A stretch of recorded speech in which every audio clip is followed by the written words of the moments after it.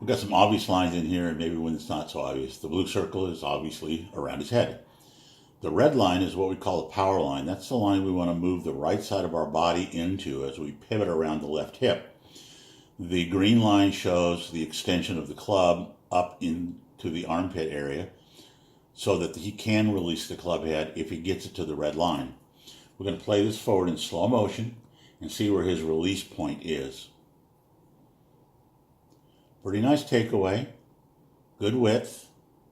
Little collapsing of the left knee there. There's the power shift. Then he kind of stops. Never quite gets around as much as he should.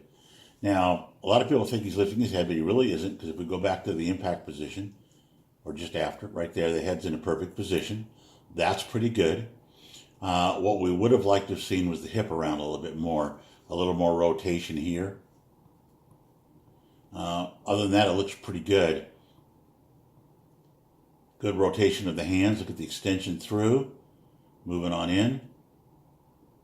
Still a lack of movement of the right hip. The shoulders have outturned the hips. You can see that pretty easily. The hips are still open. We need the hips to outturn the shoulders at that point. And then onto a fairly decent finish. He's leaning a little bit further forward than he needs to.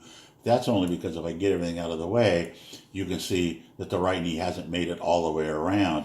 If the right knee makes it around, you're going to see this foot have pivoted all the way up so there's no weight left on it at all. And he's going to feel a little more weight on the outside of his front leg.